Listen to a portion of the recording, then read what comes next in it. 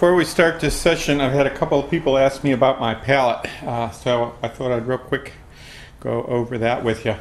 I use paper palettes. I like paper because they're white and you can see exactly what color you're getting, as opposed to a wooden palette where sometimes because of the color of the wood and all the gunk underneath it, it's a little hard to tell what color you're actually dealing with.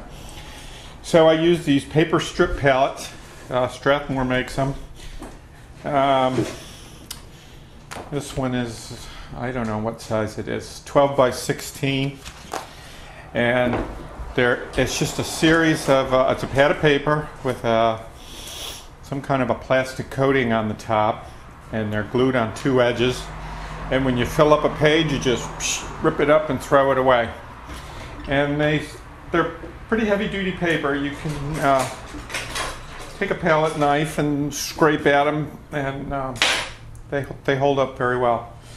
So anyway, that's the palette part of it. And then what I did was I took a sheet of 1/4-inch plywood, glued some strips on three edges to hold the palette in, glued a little piece of plywood to the one corner to hold my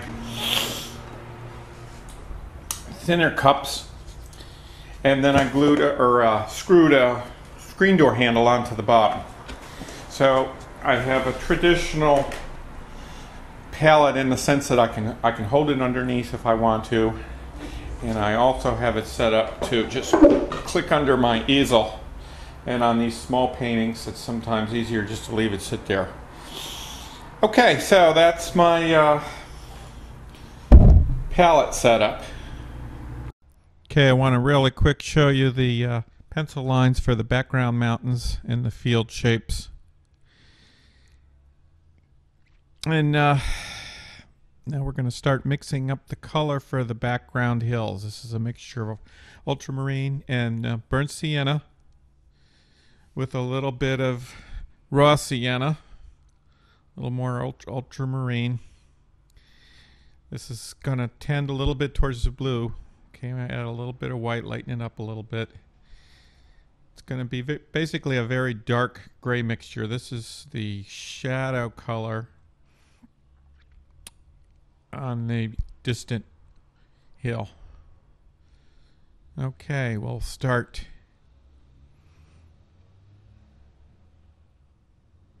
Zoom in here a little bit. Okay, now I'm using my 1/2-inch flat, that number 6 flat. That's the same brush that we used on the cloud shapes.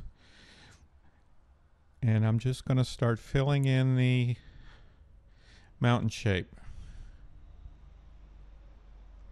Not really doing any modeling here. We're just painting it in a solid color. Not being too careful at the top, because we'll be going back and softening up that later.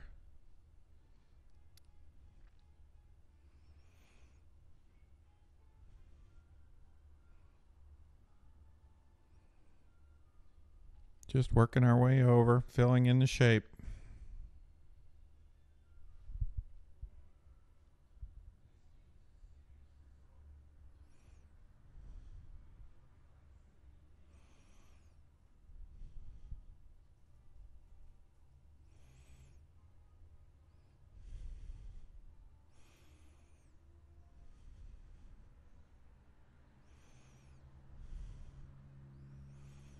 Okay, that takes care of the large background hill.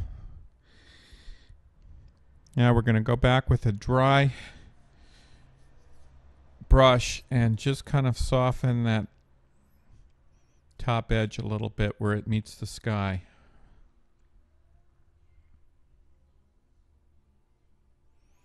Smooth out some of those sharp bumps, and you can use your finger the same way. Oops, I got a little smudge there. I'm going back with a brush with some thinner on it, pull some of that off. And we'll soften that up again.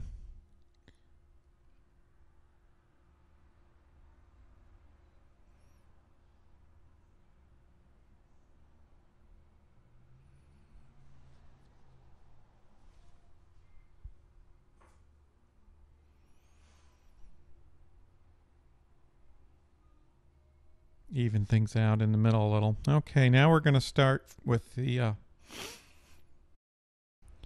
lighter value tree crown shapes. And this is going to be a mixture of raw sienna, some white, and a little bit of cadmium yellow. And I'm using that same brush that I was using to soften the edges. It's about a number 4 bright. And we're working right into the wet underpainting and just kind of daubing on little spots of paint to make tree shapes.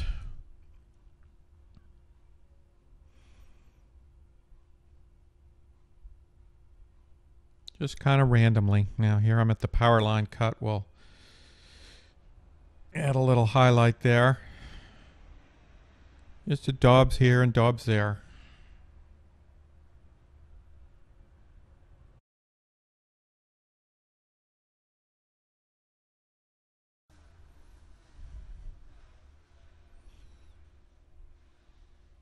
Okay, now we're going to mix up a little bit of a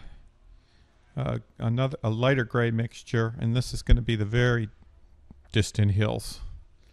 No detail on these. So this is ultramarine white and a little bit of cadmium red.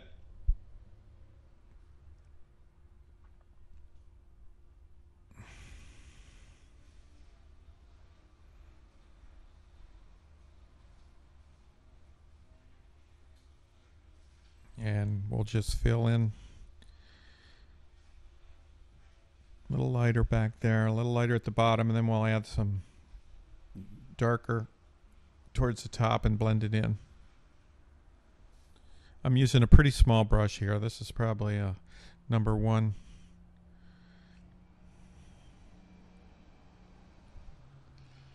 Again, we'll just darken the tops of those hills a little bit.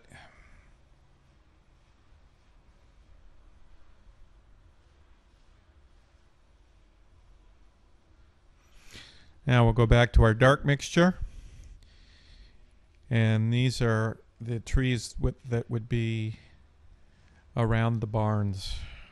So these are actually closer to the foreground.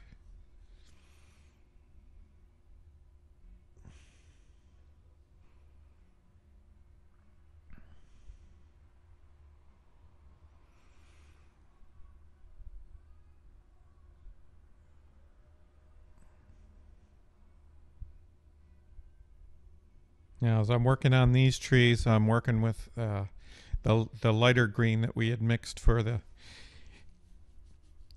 hill, the background hill shape, and I have both mixtures on the brush at the same time, and I'm sort of blending them together. There you can see that, one of those trees. And that's about it for the background. Now we're going to start on the field shapes in the next video.